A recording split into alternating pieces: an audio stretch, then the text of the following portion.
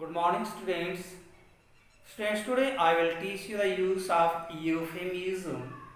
Euphemism को हम हिंदी में वक्रोक्ति, शिष्टोक्ति और मंगल भाषण कह सकते हैं, लेकिन हम इसका उपयोग कैसे करते हैं, कवि इसका उपयोग कैसे करता है जब कविता रचता है, उसके उपयोग से पहले हमें इसके अर्थ को जानना जरूरी है कि इसका अर्थ क्या होता है, किस प्रकार से इसकी क्या अर्थ निकलता है। देखिए, यूफेमिज्म का अर्थ क्या बनेगा। When we describe a disagreeable thing by an agreeable manner, that is known as euphemism. जब हम disagreeable thing को agreeable manner से डिस्क्राइब करते हैं, जब हम अच्छी लगने वाली बात, न अच्छी लगने वाली बात को बड़े अच्छे ढंग से पेश करते हैं, तो उसको हम यूफेमिज्म कहते हैं। देखिए, when we describe a disagreeable thing by an agreeable manner, जब हम एग्रीबल मैनर से, एग्रीबल मैनर का मतलब कि अच्छे लगने वाले, सहमति जताने वाले तरीकों से जब हम डिसएग्रीबल थिंग को पेश करते हैं, बताते हैं, वर्णन करते हैं, it is known as euphemism. उसी को ही यूफेमिज्म कहते हैं, शिष्टोक्ति कहते हैं, प्रयोक्ति कहते हैं, मंगल भाषण कहते हैं, कि किसी को बुरी बात को अच्छे ढंग से बताना, इसको ही हम शिष्टोक्ति बोलते हैं और यूफेमिज्म कहते हैं। देखिए, in another word, a mild और इनडायरेक्ट वर्ड, विनम्र शब्दों में या अप्रत्यक्ष शब्दों में, और एक्सप्रेशन, और जो हमने भाव दिखाए सब्स्टिट्यूटेड, वो उनका विकल्प होते हैं।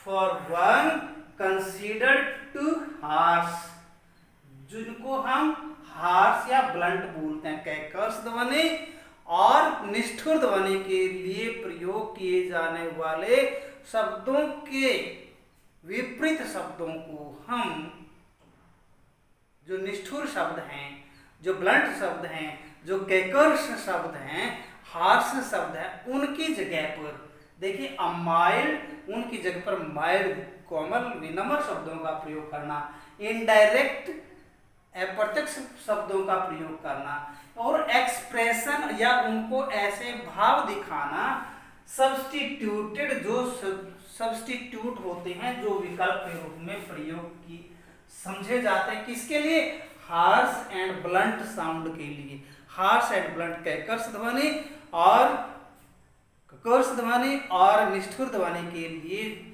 विपरीत किए जाने वाले जो विकल्प होते हैं, उनके स्थान पर हमें जो प्रयोग किए जाते हैं, उनके स्थान पर कौन से शब्द, माइल्ड, विनम्र शब्द, इनडायरेक्ट एक्सप्रेशन, किसी को डायरेक्ट बात कहने की बजाय इनडायरेक्ट ढंग से कहना, तो उन्हीं शब्दों को हम क्या बोलते हैं, यूफेमिज्म बोलते हैं। रेफरिंग टू समथिंग अनप्लीजेंट, जो अनप्लीजेंट बात को, उनका रेफर तो अनप्लीजेंट बात ही होता है, अप्रसन्नता दिखाई देती है उनके अंदर, लेकिन उनकी जो कहने का भाव, कहने का विचार, कहने का ढंग वो माइल्ड है, बिल्कुल इनडायरेक्ट, अप्रत्यक्ष भाव होता है। तो ऐसे शब्दों को हम यूफेमिज्म कहते हैं, शिष्टोक्ति कहते हैं, प्रयोक्ति कहते हैं या मंगल भाषण बोलते हैं। एग्जाम्पल के लिए देखिए, ही हैज पास्ड अवे, वो पास्ट अवे, गुजर गया, इसके स्थान पर that is he is dead, इसकी बजाय कि वो कहने की बजाय वो मर गया, तो हम उसको कहते हैं वो गुजर गया, पूरा हो गया। तो इस प्रकार के इनडायरेक्ट शब्दों को, इस प्रकार के अप्रत्यक्ष शब्दों को, इस प्रकार के माइल्ड शब्दों को, जो कैकर्स, हार्श और ब्लंट शब्दों का स्थान लेकर अनप्लीजेंट अर्थ देते हो, उनको हम यूफेमिज्म बोलते हैं। अनदर एग्जांपल देखिए, कैपिटल पनिशमेंट, कैपिटल पनिशमेंट का मतलब डेथ पेनल्टी, मौत की सजा। तो ऐसे शब्दों को हम यूफेमिज्म के लिए प्रयोग किए जाते हैं। डिसमिस, कि वो नौकरी से डिसमिस कर दिया गया। डिसमिस का मतलब क्या होता है? To free someone from their job, किसी को नौकरी से फ्री कर देना, निकाल देना, दैट इज कॉल्ड डिसमिस। और ऐसे शब्दों को क्या बोलते हैं? यूफेमिज्म कहते हैं। Another late, late mean dead, जिसको हम कहते हैं वो स्वर्गीय है। वो ये थोड़ा लिखते हैं कि जब हम किसी की बात कहते हैं जो गुजर गए, स्वर्गीय फला फला स्वर्गीय, तो इस प्रकार से वो नहीं लिखते कि मरे हुए श्री श्री, तो स्वर्गीय श्री श्री ऐसे लिख देते हैं।